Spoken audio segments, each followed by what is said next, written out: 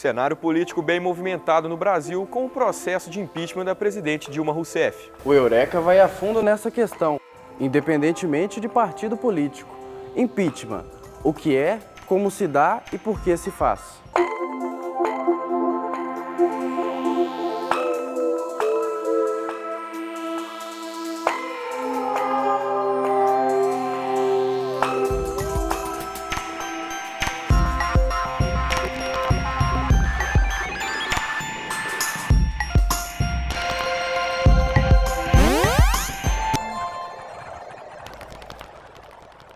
De um lado, aqueles que apoiam. Do outro, quem acredita que o impeachment é um golpe.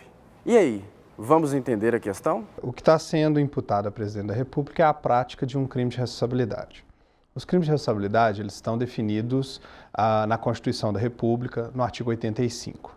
Entre os crimes de responsabilidade, existe uma definição de crime má gestão orçamentária e fiscal. A presidente Dilma está sendo acusada por ter praticado o que o Tesouro Nacional chama de pedalada fiscal. É como se eu estivesse devendo a alguém uma determinada quantia, mas eu não tivesse naquele momento o valor para pagar. E como eu sou proprietário, o Estado, de um banco público, o banco paga no meu lugar e depois eu pago ao banco.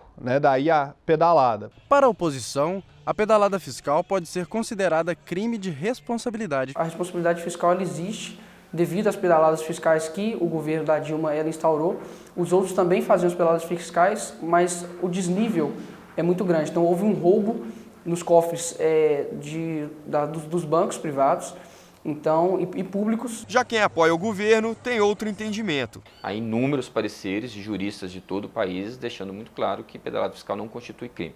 Tanto é que todos os presidentes anteriores à presidenta Dilma utilizaram também do artifício da pedalada fiscal. Certo é que o Brasil se dividiu e as redes sociais se tornaram o maior palco de discussão política da atualidade. Milhares de vídeos gravados pelo celular tomaram conta das redes e alguns desses vídeos foram gravados especialmente para o Eureka. E mesmo que as opiniões variem, o importante é respeitar o princípio democrático. Todos devem ter voz. Eu sou a favor do impeachment, a Dilma ela cometeu um crime de responsabilidade. Eu sou contra o impeachment porque, para mim, primeiro, não tem base legal para fazer um impeachment, simplesmente um jogo político pesado. Sou a favor do processo assim, do impeachment, mas sou contra a forma com que ele hoje está sendo gerido. É um momento difícil, é um momento de insegurança, é um momento de mudança. O Brasil vive um dos momentos políticos mais importantes de sua história democrática.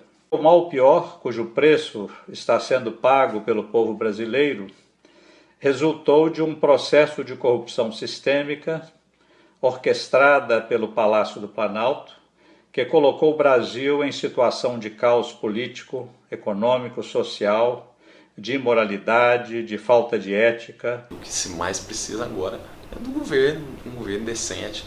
Fato é, depois de 50 anos da ditadura militar, a palavra golpe voltou às ruas.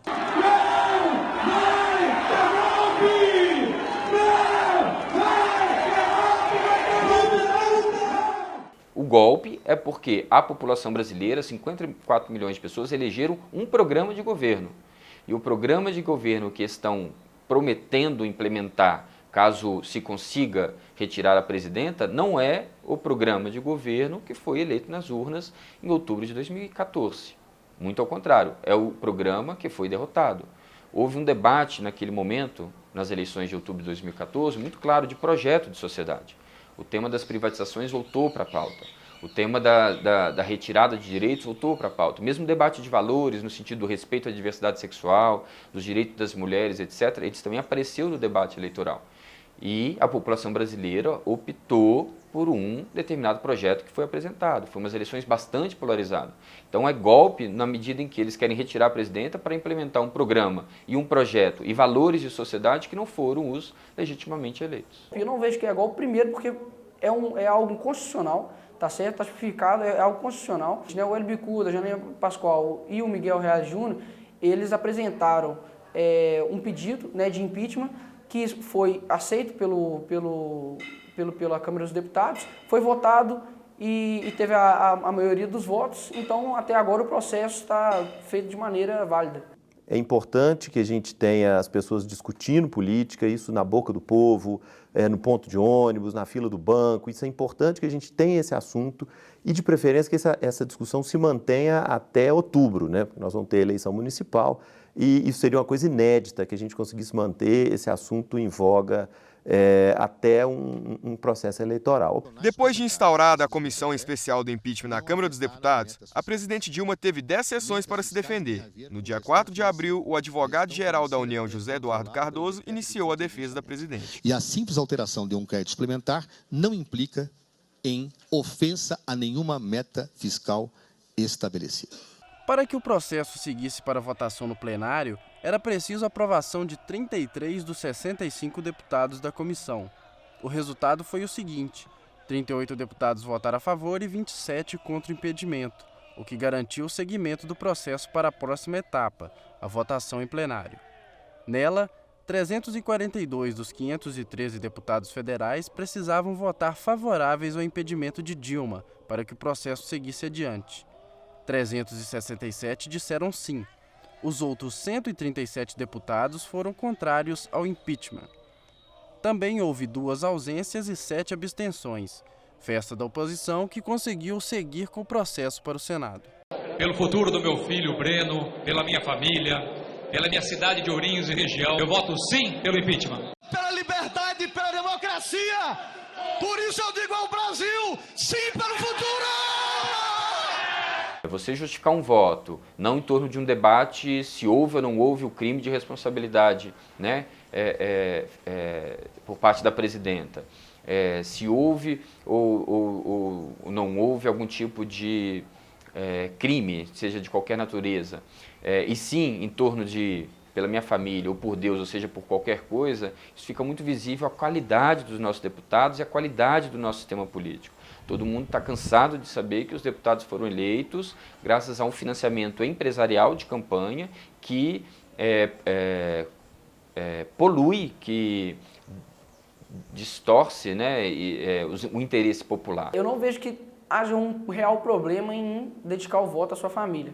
Porém, eu percebi que muitos dos votos eles fugiram da real acusação que era o motivo ali da sustentação oral do pedido de impeachment, que no caso era a responsabilidade fiscal. Eu vejo que faltou, de fato, argumentar a respeito do crime que a presidente cometeu. Com destaque nos maiores veículos de comunicação do mundo, o processo de impeachment que corre no Brasil tem impactos na política mundial. Quem enxerga a política brasileira de fora, a gente percebe pelas manchetes no exterior, assusta um pouco, né?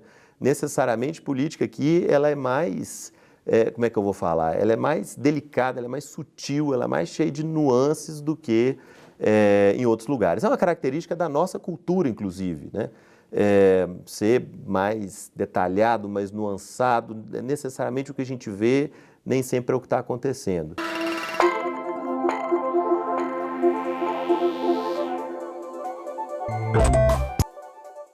Não é a primeira vez que o Brasil passa por essa situação. Em 1992, o então presidente Fernando Collor de Mello sofreu o primeiro impeachment da América Latina. Acusado de comandar um esquema de corrupção e lavagem de dinheiro, Collor acabou renunciando na tentativa de evitar o processo de cassação. Mesmo assim, o ex-presidente ficou inelegível por 8 anos e Itamar Franco assumiu a presidência. Eu vejo nas duas situações um distanciamento muito grande entre legislativo e executivo e você vai acumulando um desgaste, né, dentro do legislativo em relação à forma como vê a figura do presidente, tanto do Collor ontem como da Dilma hoje. No Senado, o impeachment da presidente Dilma foi acolhido por uma comissão especial de 21 senadores. O parecer da comissão vai a plenário. O impedimento precisa de pelo menos 54 dos 81 votos da Casa. Se condenada, a presidenta é destituída do cargo e o vice Michel Temer assume. Se absolvida, Dilma reassume imediatamente. Eu sei que se nós tivermos o impeachment, pode assumir o Temer, tem o vice Cunha. Não são as pessoas que nós gostaríamos que tivesse à frente do nosso país.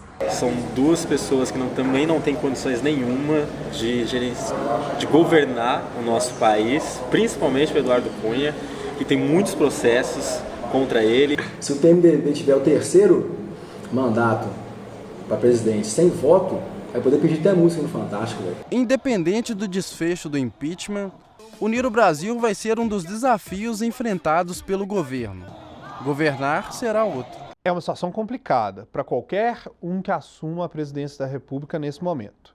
Primeiro, o cenário. Nós estamos com uma crise econômica muito forte, desemprego, inflação, baixo crescimento e várias outras situações típicas de um país em crise. Então, só aí já é um desafio, né? Segundo, pacificar a fratura que está sendo provocada na sociedade. Fica o aprendizado de que política não se faz só nos momentos cruciais, né? Não se faz só agora que nós estamos tendo uma preocupação maior com o assunto, não se faz só na urna, não se faz só naquele ato mais simbólico. Política você faz todo dia. Não dá para negar que a credibilidade de todos os partidos é uma caída, né? Aqui no Brasil são muitos partidos e vira uma baderna. Participar mais da política e chegar gente nova, disposta a mudar a situação. É realmente uma reforma política, né?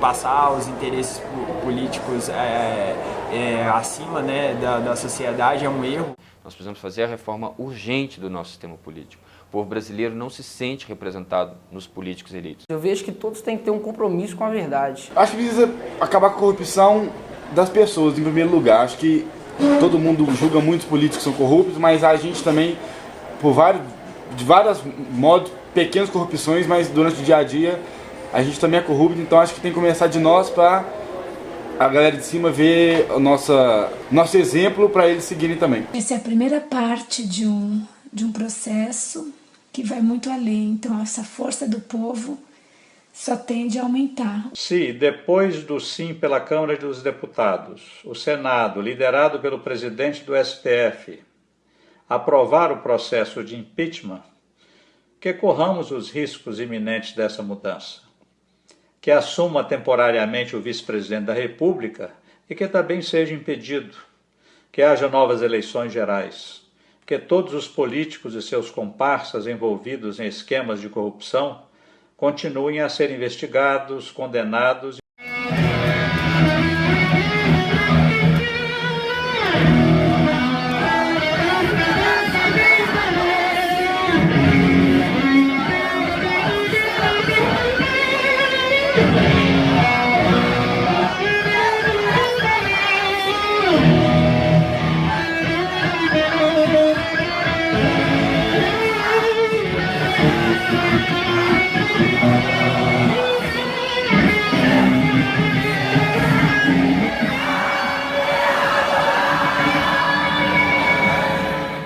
Toda a equipe do Eureka apoia o Brasil e termina essa edição reafirmando a maior conquista de uma sociedade, a democracia. Democracia que garante a liberdade de expressão e a oportunidade de participar plenamente da vida política, econômica e cultural na sociedade.